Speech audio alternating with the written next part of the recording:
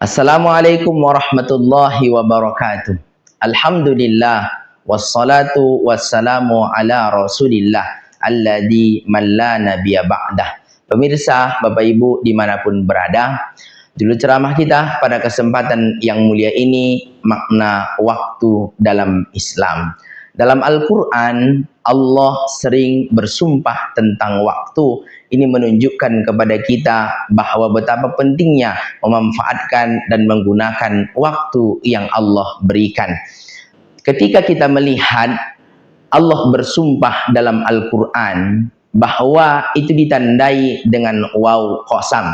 Contoh dalam satu ayat Al-Quran, tepatnya di surah Al-Asr, urutan surah 103 ayat yang pertama, wal asri, demi masa, demi waktu asar. Waw yang ada pada kalimat ini adalah disebut waw qasam, menunjukkan Allah sedang bersumpah tentang waktu.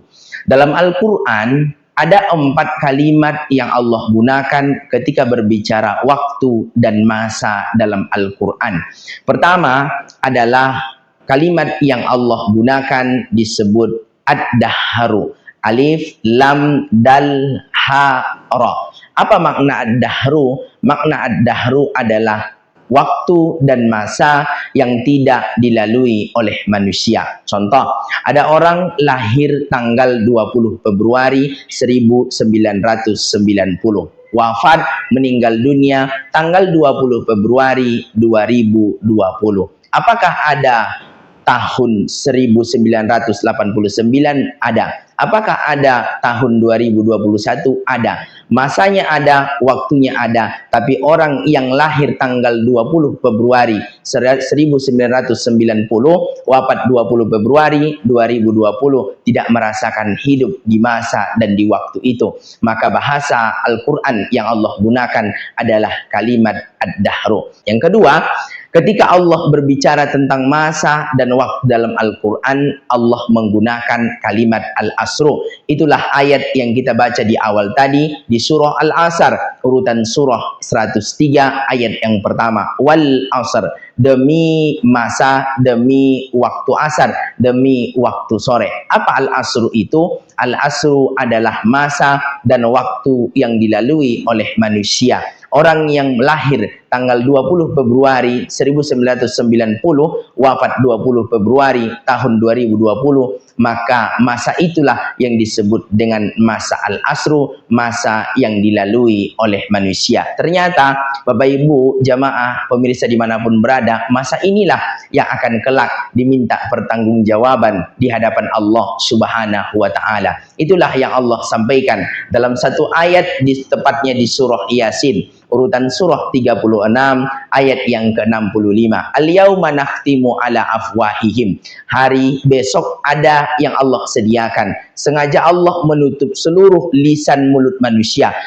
Wa tukallimuna aydihim, maka berbicaralah tangan-tangan mereka. Wa tashhadu arjuluhum, bersaksilah kaki-kaki mereka bima kanu yaksibun, terhadap apa yang pernah mereka lakukan hidup di atas dunia. Yang ketiga, ketika menyebut waktu dan masa, Allah menggunakan kalimat al-ajalu. Apa makna al-ajalu? Adalah masa berakhirnya sesuatu. Allah sebut di dalam Al-Quran surah Al-A'raf, urutan surah yang ke-7 ayat yang ke-34.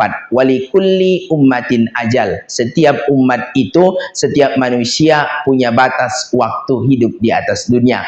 Fa idza jaa ajaluhum la yastakhiruna sa'atan wa la yastaqdimun. Kalau sudah datang masanya, tiba masanya ajal kita, waktu kita hidup di atas dunia, batas akhir hidup kita di atas dunia, la yastakhiruna sa'atan, tak bisa ditunda walau sesaat, wa la yastaqdimun, tak bisa pula dipercepat walau sesaat. Maknanya adalah al-ajalu, masa berakhirnya sesuatu. Yang keempat, ketika Allah menggunakan kalimat al-waktu dalam Al-Quran, itu menunjukkan kepada kita ketika Allah memerintahkan kita melakukan sesuatu ibadah, satu pekerjaan, dan juga waktu itu tidak akan pernah datang kembali sampai hari kiamat. Maka waktu itu disebut adalah al-waktu dalam Al-Quran. Tepatnya di surah An-Nisa, urutan surah yang keempat, ayat 103. Dalam potongan ayat Allah sampaikan, inna salata, sesungguhnya salat, kanat alal mu'minina kitabam mauquta, yang sudah diwajibkan bagi orang beriman dan waktunya sudah ditentukan. Mudah-mudahan kita bahagian manusia, hamba-hamba Allah yang mampu memanfaatkan waktu yang Allah berikan. Assalamualaikum warahmatullahi wabarakatuh.